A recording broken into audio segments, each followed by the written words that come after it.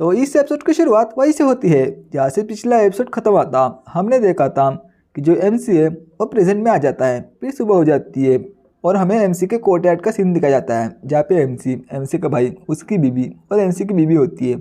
जो एमसी का भाई है उसकी बीबी चाय नाश्ता लाती है, इसका नाम सनमई है। वो बोलती है कि देखो मैंने सबके लिए ब्रेकफास्ट लाया है तो तुम सभी लोग खा लो। फिर एमसी खाते खाते बोलता है कि बड़े भाई अब हम दोनों की शादी हो चुकी है तो हम सबको एक साथ रहने में दिक्कत आ सकती है, तुम्हें नहीं लगता? फिर वो दोनों सोचने लगते हैं, वो बोलते कि हाँ यार इन दोनों की शादी हो चुकी है और उनको अपना पर्सनल स्पेस चाहिए होगा तो शायद से मुझे दूसरी जगह खरीदनी पड़ेगी। फिर एमसी के भाई की बीवी बोलती है कि शियोंग तुम्हारी अभी भी शादी हो चुकी है लेकिन तुम दोनों में कितना ज़्यादा प्यार है। फिर उसका जो भाई है वो अपनी बीबी को बोलता है कि है हम दोनों सेमी कोर्टयार्ड में हैं और सेमी रूम में हैं, तुम्हें नहीं लगता कि इन सब से वो जो है ना वो थोड़े शर्मिंदा हो सकते हैं? वो बोलते कि हाँ तुमने सही कहा। एमसी कुछ सोचने लगता है। फिर उसका भाई बोलता है कि जल्दी करने की कोई भी ज़रूरत नहीं है और हम अच्छी जगह ढूंढेंगे ताकि तुम वहाँ पे रह सको। एमसी बोलता है कि तुमने पहले से ही जगह ढूंढ के रखी है, मुझे पता ही था। हमारे लिए जो वेस्ट में है ना वहाँ पे एक जंगल है, वो भी बैम्बू का, तो वो हमारे लिए परफेक्ट जगह होंगी। फिर एमसी के भाई की बीवी बोलती कि क्या वो जंगल? अरे यार उस जंगल में तो बहुत साल से कोई भी नहीं गया और लोग कहते हैं कि वहाँ पे भूत है और भूत ने बहुत सारे लोगों को मारा है, तो मुझे नहीं लगता कि वो जंगल तुम्हारे लिए ठीक होगा। एमसी बोलता है कि भाभी इसकी कोई भी ज़रूरत नहीं है क्योंकि ये जो है ना ये लोगों ने अफवाह फैलाई हुई है वहाँ पे। मैं तो जब छोटा था ना तब मैं हर दिन उस जंगल में जाता था खेलने के लिए, लेकिन मेरे साथ आज तक कुछ गलत नहीं हुआ। ये सब लोगों ने अफवाह फैलाई है ताकि वो वहाँ पे गैर कानूनी काम कर सके। उसका भाई बोलता है कि हाँ तुमने सही कहा, ये सुनने में तो अच्छा लग रहा है, तो ठीक है मैं और तुम्हारी जो भाभी है ना वो मार्केट में जाएंगे बाद में एक मिस्त्री को ढूंढने के लिए ताकि वो तुम्हारा घर बना सके। तब तक तुम हमारे साथ रह सकते हो जब तक कि तुम्हारा घर नहीं बन जाता और उसके बाद तुम यहाँ से जा सकते हो जब तुम्हारा घर बन जाएगा। एमसी बोलता है कि इसकी कोई भी ज़रूरत नहीं है, मैं खुद ही इसको बना लूँगा और इसमें ज़्यादा समय भी नहीं लगेगा मेरा घर बनने के लिए क्योंकि मैं बहुत ही अच्छा कारीगर हूँ। फिर हमें मार्केट को दिखाया जाता है और उस मार्केट में एमसी और उसकी बीबी ने दुकान लगाई थी। एमसी बोलता है कि आंट ली आपको क्या चाहिए? वो बोलती है कि देखो तो ये तो मिंग फैमिली की नई नई दुल्हन है लेकिन आज से उसने काम स्टार्ट कर दिया, ये तो बहुत ही ज़्यादा अच्छी बात है, लेकिन आज तुमको आराम करना चाहिए था क्योंकि तुम्हारी अभी अभी शादी हुई है। लेकिन जरा मैं भी तो देखूँ कि यहाँ पे क्या है।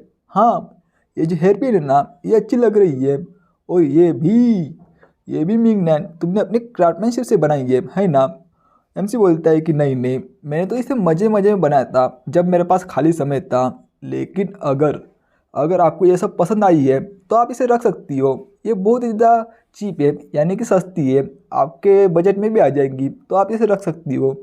फिर वो उसे रख लेती है। वो बोलती है कि अगर तुम इतना कह ही रहे हो तो मैं इसको रख सकती हूँ, लेकिन मैं इस जैसी चीज़ फ्री में तो नहीं रख सकती, मैं इसके बदले तुम्हें कुछ ना कुछ तो दूंगी। और उसको बताने लगती है कि मिंग नैन तुमने सुना है कि हमारे जैसे जो लो लेवल के लोग हैं ना वो इस गांव को छोड़ने की हिम्मत नहीं कर सकते और जो लोग इंटरनल एनर्जी रिलम के हाई लेवल के एक्सपर्ट हैं वो इन 300 गांव में घूम सकते हैं, लेकिन उसके साथ साथ वो लोग वहाँ पे रह के छोटा मोटा बिजनेस तो कर ही सकते हैं क्योंकि वो पावरफुल है इसलिए।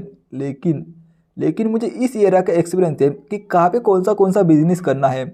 और ये जो तुम छोटा मोटा बिजनेस करते हो ना हेयर पिन का, ये ज़्यादा काम का नहीं है क्योंकि ये जो तुम बनाते हो ना ये कम दाम में बिकता है, लेकिन अगर तुम फर्नीचर बनाओगे जैसे कि बेड, कुर्सी, कबर्ड, इस तरह की चीज़ें तो तुम ज़्यादा पैसा कमा सकते हो क्योंकि ये बिज़नेस अच्छा है और मुझे पूरा यकीन है कि तुम कुर्सी, टेबल और जो बेड है वो तो बना ही लोगे क्योंकि तुम बहुत ज़्यादा स्किलफुल वर्कर हो। तो अगर तुम इस बिज़नेस में फोकस करोगे तो तुम्हारी चांदी ही चांदी है। तो क्यों ना तुम हमारे गांव से शुरू करो, मैं तुम्हारे बिजनेस प्रमोट करने में मदद करूंगी ताकि तुम्हारा बिजनेस अच्छे से चल सके क्योंकि तुमने मुझे ये हेयर पिन जो दी है। तो कैसा रहा मेरा आइडिया? एमसी बोलता है कि आपका बहुत बहुत शुक्रिया आंटी, आपने तो मुझे बहुत ही अच्छा आइडिया दिया है जिससे कि मैं बहुत ही ज़्यादा पैसे कमा पाऊँ, तो आप मेरी मदद जरूर करना। फिर सीन से होता है, रात हो जाती है। एमसी की बीबी एक थैले से बहुत सारे सोने के सिक्का निकाल देती है। वो बोलती है कि देखो तो आज का हमारा जो कलेक्शन है वो बहुत ही ज़्यादा अच्छा हुआ है, हमारे पास बहुत सारा पैसा आ चुका है। फिर एमसी बोलता है कि तुमने तो बहुत ही ज़्यादा काम किया है आज, तो क्यों ना तुम मेरे साथ बैठ के ये जो गर्म पानी है ना उसमें पैर डाल के आराम कर लो। वो ऐसा ही करती है, वो गर्म पानी में पैर डालती है और बोलती है कि वाह ये तो बहुत ही ज़्यादा अच्छा है। फिर एमसी बोलता है कि क्या तुम इमॉर्टलिटी को कल्टिवेट करने में इंटरेस्टेड हो क्या? वो बोलते हैं कि हाँ बिल्कुल, अगर मैं चीक कंडीशन और जो फाउंडेशन इस्टेब्लिशमेंट स्टेज पे पहुंच जाऊंगी तो मेरी जो ज़िंदगी है ये सही में बहुत ही ज़्यादा अच्छी हो जाएगी। लेकिन बदकिस्मती से जो इमॉर्टलिटी है ना उसको कल्टिवेट करना बहुत ही ज़्यादा हार्ड होता है, और वैसे भी मेरा कल्टिवेशन में जो एप्टीट्यूड है ना वो इतना अच्छा नहीं है, तो मुझे नहीं लगता कि मैं उसको कल्टिवेट कर भी पाऊँगी। और वैसे भी मुझे यहाँ पे घर पे खाना पानी और जो कपड़े हैं ना उसके बारे में टेंशन लेने की ज़रूरत है ही नहीं। और फ्यूचर में मेरे पास खाली समय ही होगा, तो क्यों ना तुम मेरे साथ प्रैक्टिस करो और कल्टिवेशन करो, ताकि हम दोनों की जो प्रोग्रेस है वो साथ में बढ़ सके। एमसी बोलता है कि वाह यार, हम दोनों साथ में प्रैक्टिस करेंगे और कल्टिवेशन करेंगे और वो भी तो करेंगे। तो मेरे तो मन में बहुत ही ज़्यादा लड्डू फूट रहे हैं। और वो अपने पास से एक किताब को निकालता है और बोलता है कि तुम्हारी इंसाइट और प्रैक्टिस में कुछ दिक्कत आ रही है क्या, तो ये लो मेरी बुक ले लो। और वो बुक ले लेती है। एमसी बोलता है कि इसके अंदर मेरा बहुत सारा एक्सपीरियंस छुपा हुआ है, जिससे कि तुम्हारी जो कल्टिवेशन है उसमें मदद तो मिल सकती है इस नोटबुक से, तो तुम इसे ध्यान से पढ़ना। फिर एमसी की बीवी बोलती है कि लेकिन कल्टिवेशन को करना बहुत ज़्यादा महंगा पड़ता है, क्योंकि इसमें बहुत सारे पैसे लगते हैं। एमसी बोलता है कि ये ठीक है, क्योंकि मेरी जो क्राफ्टमैनशिप है ना ये बहुत ही ज़्यादा अच्छी है और मैं काम पटापट कर लेता हूँ, और हमारे पास पैसे की कमी भी नहीं है अभी फ़िलहाल में, तो